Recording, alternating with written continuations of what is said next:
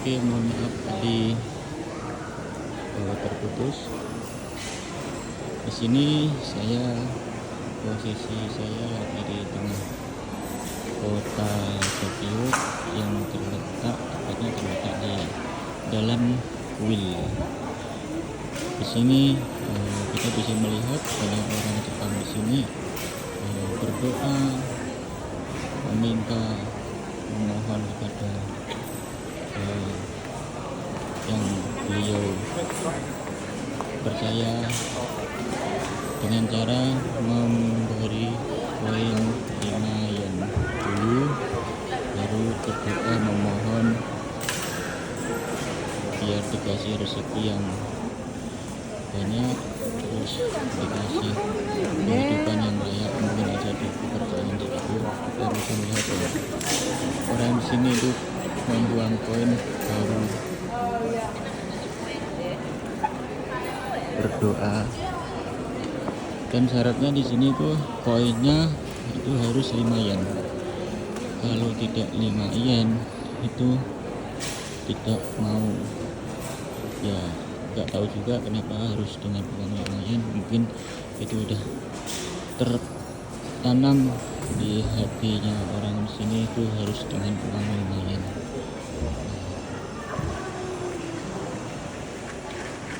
Mungkin kepercayaan orang Buddha atau orang Shinto di sini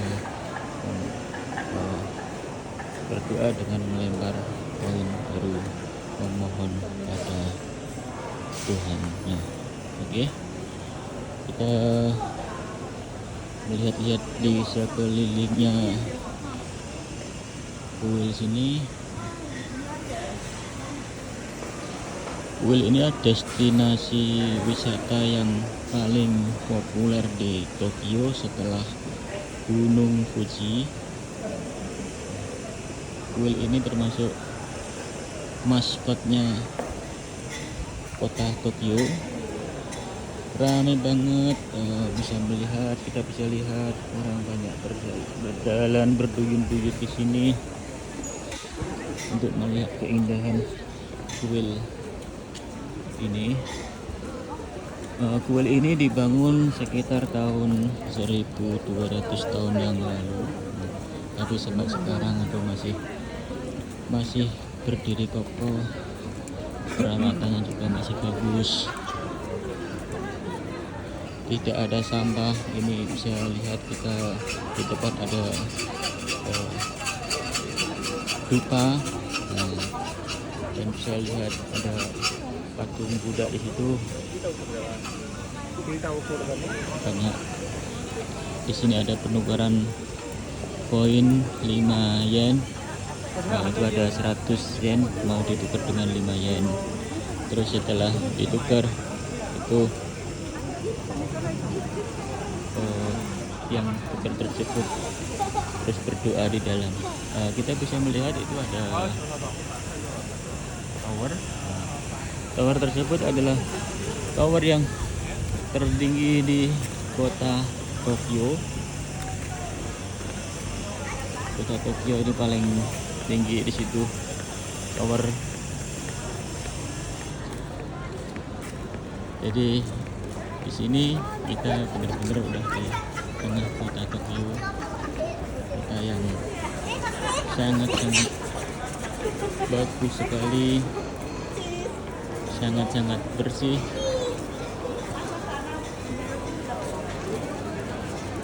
Berdoa. Aku tahu muka tapi duit aja. Monggo jenengan.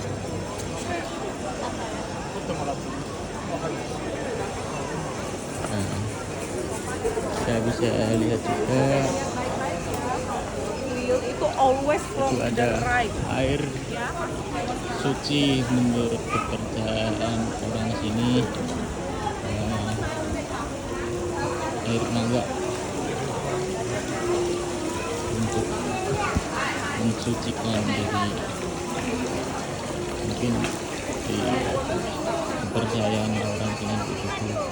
Tapi ada apa-apa, orang itu harus punya kepercayaannya sendiri-sendiri. Kalau emang itu benar, ya udah nggak apa-apa, kita biasa memperdebatkan masalah perbedaan.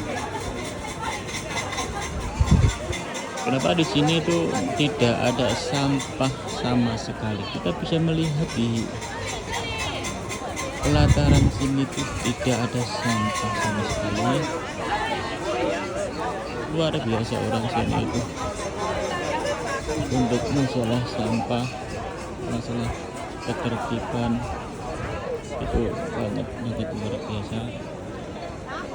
Kita bisa sering kita lihat di TV masalah masyarakat Jepang sini itu budaya malunya itu masih sangat dijaga.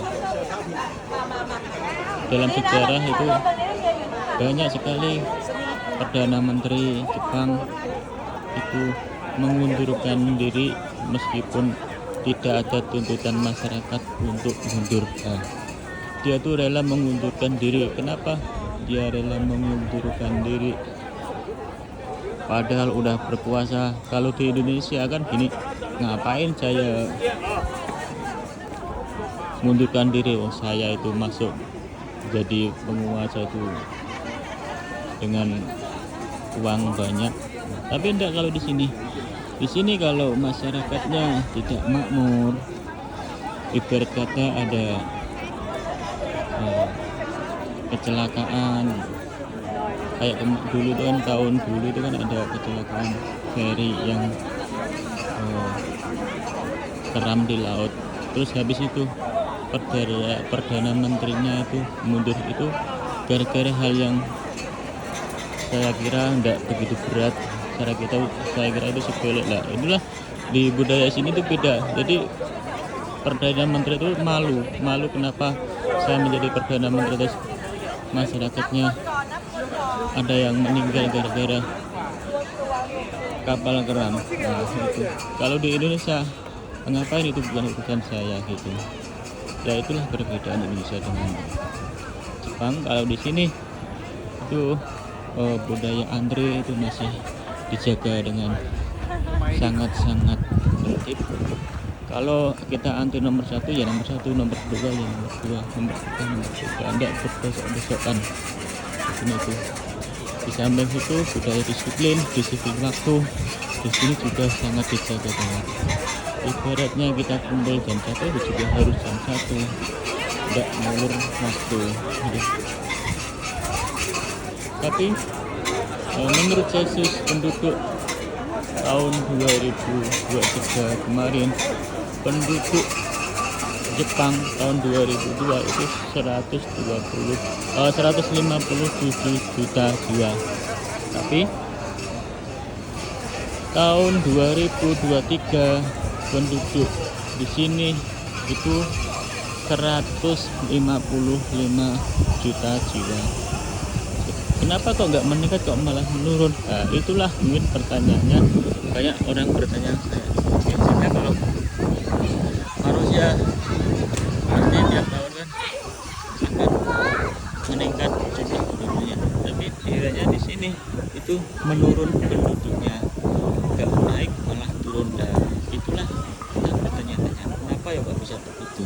Nah, di sini setelah saya selidiki ternyata kenapa orang di sini tuh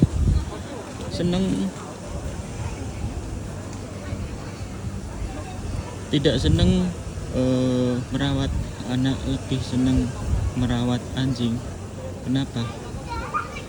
Kenapa di sini tuh tidak seneng punya anak, malah seneng punya anjing? Kita bisa melihat sedikit sekali anak kecil yang bermain-main di depan sama ibunya. Kita bisa lihat itu ada cuma 1-2 itu. Tapi kebanyakan orang sini tuh malah senang memelihara anjing daripada memelihara anak. Mungkin bertanya juga sih kebanyakan, terus sementara hari tuanya hartanya untuk siapa kan gitu. Tapi orang di sini yang nggak punya anak itu hari tuanya menabung. Jadi di sini tuh banyak orang menabung untuk hari tua.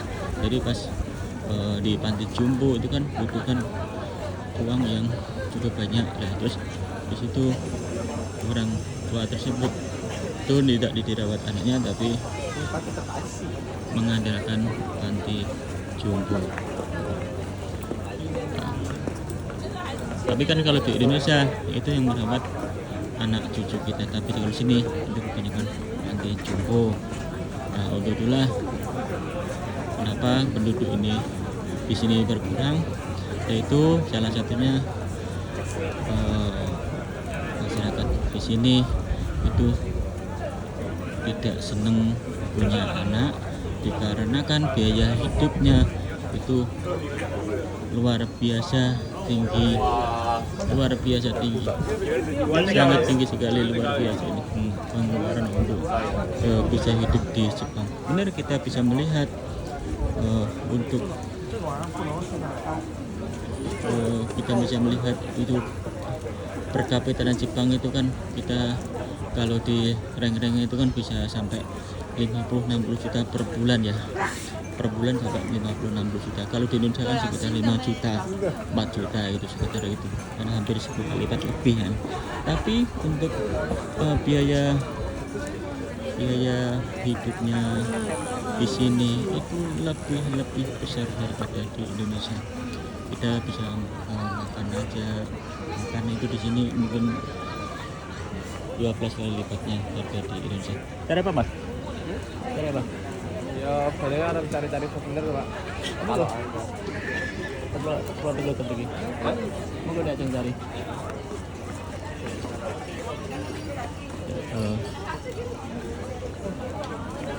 Ini adalah tempat-tempat souvenir. Banyak sekali bule-bule di sini, banyak sekali wisatawan dari luar negeri, dari mancanegara, dari Eropa juga. Ini dari India juga ada, dari Cina juga ada. Semuanya ngumpul di sini.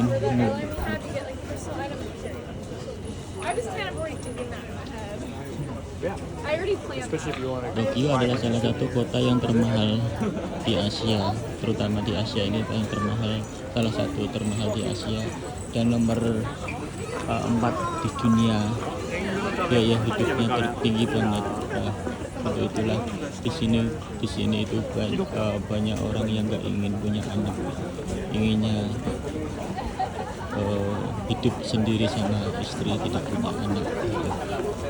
Itulah mungkin kepercayaan orang sini ya, mungkin karena gini aja, di sini tuh kalau di Indonesia itu kan kebanyakan Islam ya,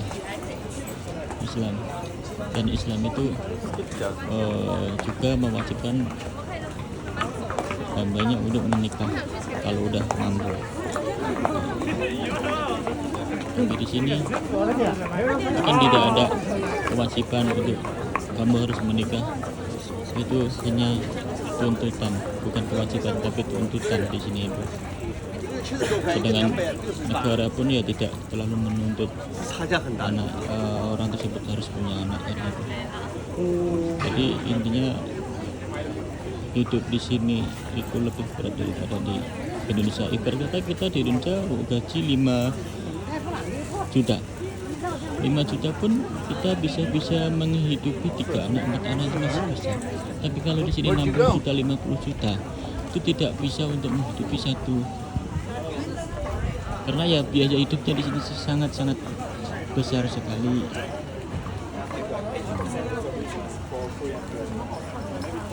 Di sini kebanyakan kalau yang kerja itu suami sama istri. Kalau di Indonesia itu kan kebanyakan yang kerja itu hanya suami aja udah bisa.